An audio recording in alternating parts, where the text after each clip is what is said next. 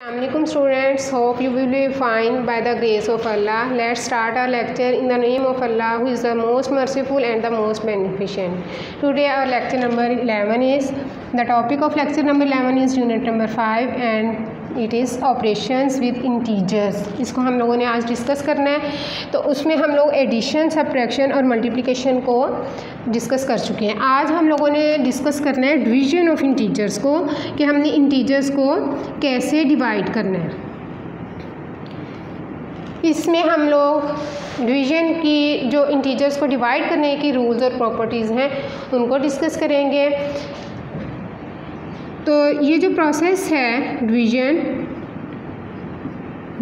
Is the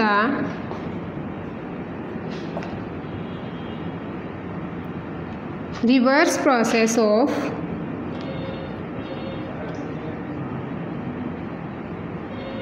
multiplication.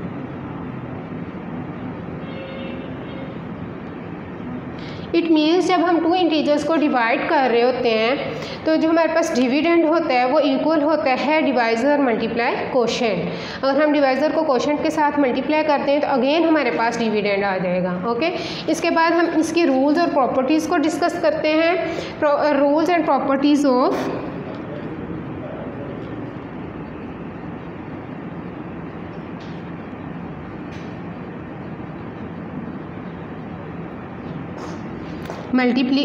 Division, rules and properties of division of integers.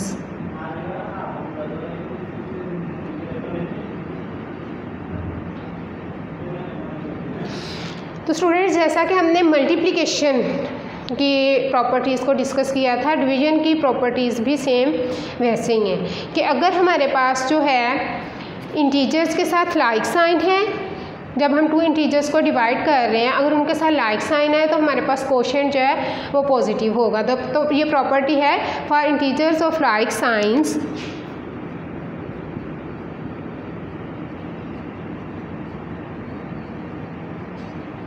For integers of like science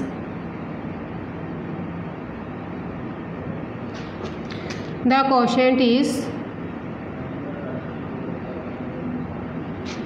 positive.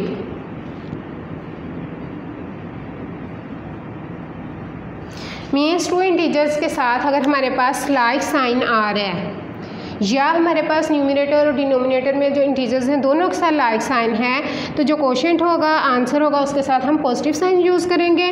और second one is for integers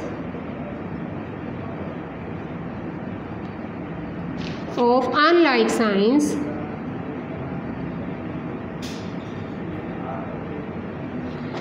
the quotient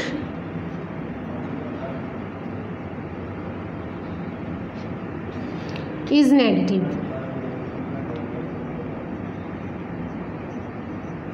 okay students, in properties को आप लोगों ने अपने mind में रखना है। इसके बाद हम एक्सरसाइज का क्वेश्चन नंबर 11 करेंगे जिसमें हम इन प्रॉपर्टीज़ को यूज़ करेंगे। Let's start question number 11।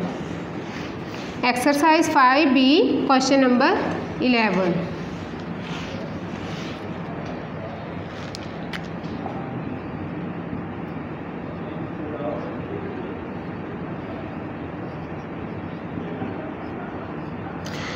Question number 11 is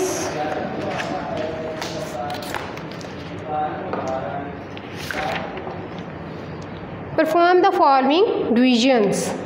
Part 1 is minus 63 divided by 7। Two integers है माइनस 63 एंड प्लस 7। तो प्रॉपर्टीज़ में हमने पढ़ा कि जब हम माइनस 63 नेगेटिव इंटीजर को पॉजिटिव के साथ डिवाइड करेंगे, मींस अनलाइक साइंस है हमारे पास, तो हमारे पास आंसर के साथ नेगेटिव साइन आएगा। 7 9 are 63, it is our answer. तो नोट करें स्टूडेंट्स, एक हमारे पास नेगेटिव वैल्यू है, दूसरी हमारे पास पॉजिटिव है। तो अनलाइक साइंस मीन्स आंसर के साथ नेगेटिव साइन। साइंस को आप लोगों ने केयरफुली देखना है जब भी आपने इंटीजर्स पे कोई भी ऑपरेशन करना है। द सेकेंड पार्ट इज़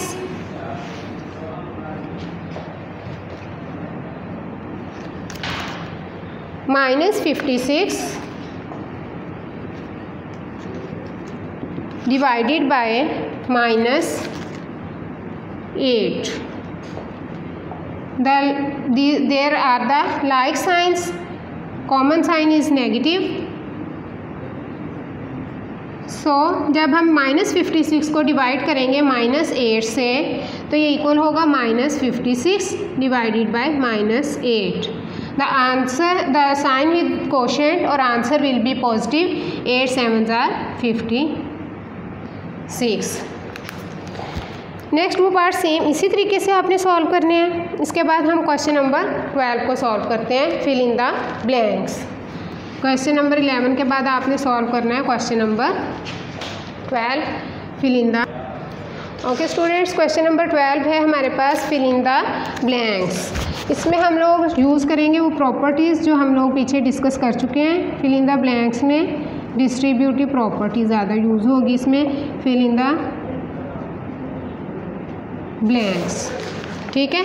इसमें पार्ट 1 में वो हमें कह रहे हैं कि 2 multiply bracket 3 plus blank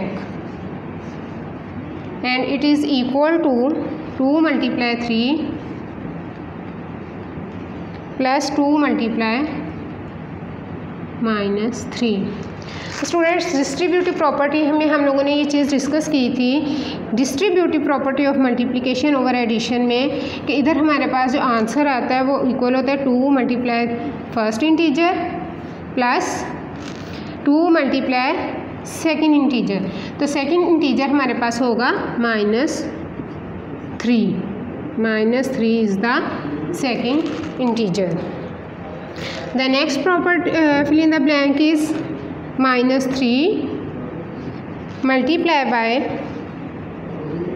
curly bracket into -4 plus blank and it is equal to -3 multiply 5. तो ये 5 जो है इससे हमें पता चल रहा है कि -3 तो अपनी जगह पे है. अंदर -4 के साथ कौन सा इंटीजर हम लिखेंगे कि उसका सलूशन आए 5. तो ये आपने अपने माइंड में सोचना है. वो इंटीजर है 9.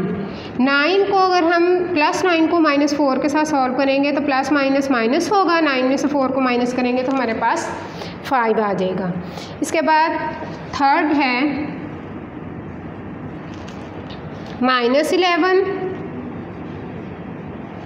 Multiply by bracket into 7 + 2 and it will be equal to -11 multiply 7 plus -11 multiply by blank. हाँ जी, तो इसमें आप लोग देखें -11 मल्टीप्लाई फर्स्ट इंटीजर तो हो गया, फिर प्लस -11 मल्टीप्लाई सेकेंड इंटीजर इधर हमारे पास आ जाएगा 2. तो इन फिल इन द ब्लैंक्स में आप लोगों ने देखा कि हम लोगों ने कैसे डिस्ट्रीब्यूटिव प्रॉपर्टी को सॉल्व किया है. इसके बाद है क्वेश्चन नंबर 13. क्वेश्चन नंबर 12 तक 6 क्लास आप लोगों ने देखा कि कैसे हम लोगों ने जो एडिशन, सब्ट्रैक्शन, मल्टीप्लिकेशन और डिवीजन की प्रॉपर्टीज़ को और इन ऑपरेशंस को डिस्कस किया. जो उसमें प्रॉपर्टीज़ हमने डिस्कस की उनको कैसे हम क्वेश्चंस में सॉल्व कर रहे हैं. इसके बाद क्वेश्चन नंबर 13 में वो कह रहे हैं कि हमारे पास जो है स्टेटमेंट है given, Mrs Ahmed was born in 1898 and died in 1971. How long did she live. तो जब भी किसी पर्सन का डेथ ईयर और बर्थ ईयर गिवन हो तो इसकी एज फाइंड आउट करने के लिए क्या करेंगे, जो उसकी डेथ का ईयर है उसमें से उसके बर्थ ईयर को माइनस कर देंगे तो हमारे पास एज आ जाएगी उस पर्सन की. क्वेश्चन नंबर 13 स्टेटमेंट मैंने आपको पढ़ के बताई है कि Mrs Ahmed was born in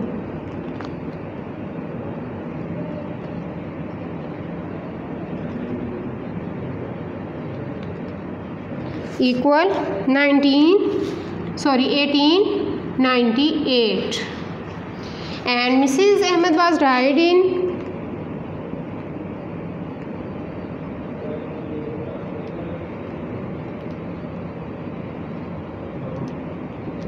1898. equal 1971.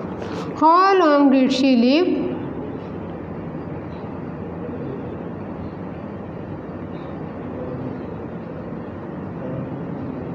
Equal death year is 1971. इसमें से हम जो उनका बर्थ ईयर है 1898 उसको सब्ट्रैक्ट करेंगे, ठीक है। तो इसको सब्ट्रैक्ट करने के बाद हमारे पास आएगा 73। 1971 में से 1898 को माइनस करें तो हमारे पास आंसर आएगा 73 ईयर्स। यानी मिसेज़ अहमद की जो एज है वो है 73 ईयर्स, वो ज़िंदा रहीं। How long did she live, इसकी जगह आप एज ऑफ मिसेज़ अहमद भी लिख सकते हैं थर्ड स्टेटमेंट के साथ। इसके बाद क्वेश्चन नंबर 14 सेम इसी तरीके से है। इसमें आप लोगों ने करना है the Greek mathematician Eratosthenes was born in 276 BC and died in 194 BC। Find how long he lived. Same इसी तरीके से जैसे आप लोगों ने क्वेश्चन नंबर 13 किया है वैसे ही आपने स्टेटमेंट लिखनी है और उसको बर्थ ईयर जो है उसको डेथ ईयर में से माइनस कर देंगे। तो इसका सलूशन अब हम लोग करते हैं।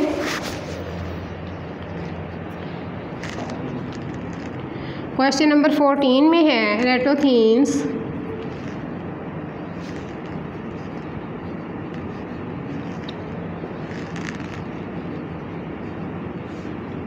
was born in, उनकी बर्थ का ईयर है 276 BCE and the death year is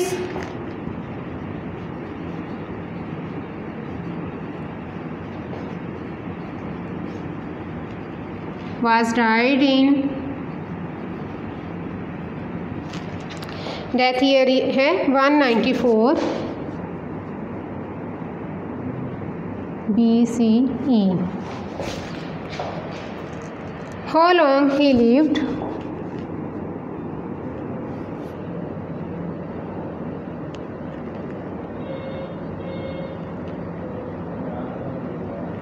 is equal to, हाँ जी, death year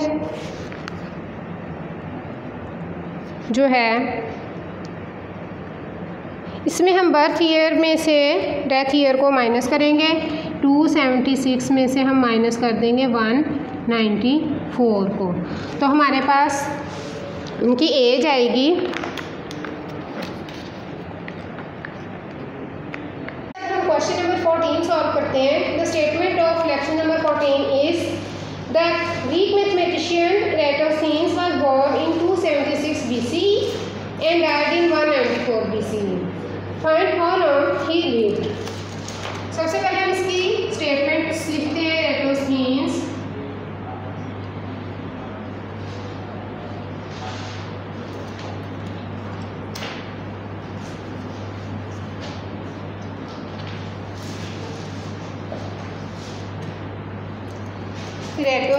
was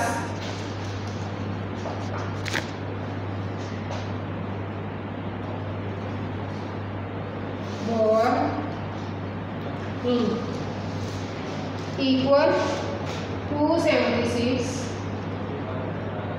BCE and died in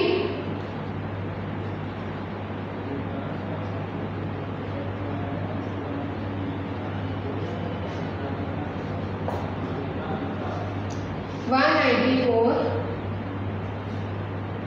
BCE। तो स्टूडेंट्स जैसा कि हमें पता है कि हमने इसकी फाइंड आउट करनी है एज कि कितने ईयर वो जिंदा रहा। How long did he live. 276 minus 194, तो ये हमारे पास आ जाएगा 82। ओके स्टूडेंट्स, तो चूँकि ये हमारे पास ग्रीक मैथमेटिशियन है इसलिए उनकी काउंटिंग के अकॉर्डिंग हम इसकी बर्थ ईयर में से इसके डेथ ईयर को सब्ट्रैक्ट करेंगे तो हमारे पास एज आ जाएगी ग्रीक मैथमेटिशियन की। नेक्स्ट लास्ट क्वेश्चन है एक्सरसाइज 5B का क्वेश्चन नंबर 15। उसकी स्टेटमेंट है at noon on a certain day in Ramzan the temperature rose to 11 degree centigrade above zero. तो ज़ीरो से अबव जो हमारे पास काउंटिंग होगी उसमें हमारे पास जो टेम्परेचर है उसमें पॉजिटिव साइन आएगा। At midnight the temperature fell to 5 degree centigrade below zero. It means हमारे पास टेम्परेचर फॉल हो रहा है below zero, means -5 degree centigrade. हम इसको टर्म को लेंगे find the change in temperature. Change in temperature mean हमने उसके टेम्परेचर में चेंज फाइंड आउट करना है। इन टेम्परेचर्स को हमने सब्ट्रैक्ट करके उसके चेंज को हम फाइंड आउट करेंगे। हाँ जी, टेम्परेचर एट नून।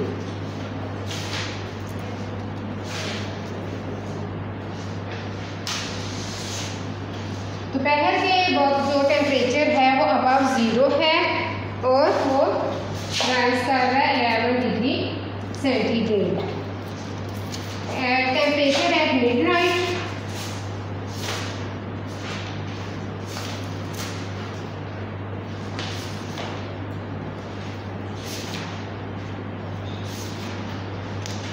तो वो टेम्परेचर है 5 डिग्री सेंटीग्रेड। इसके साथ हम नेगेटिव साइन यूज़ करेंगे क्योंकि ये बिलो ज़ीरो है और बिलो ज़ीरो वो फॉल कर रहा है। चेंज इन टेम्परेचर हमारे पास क्या आएगा,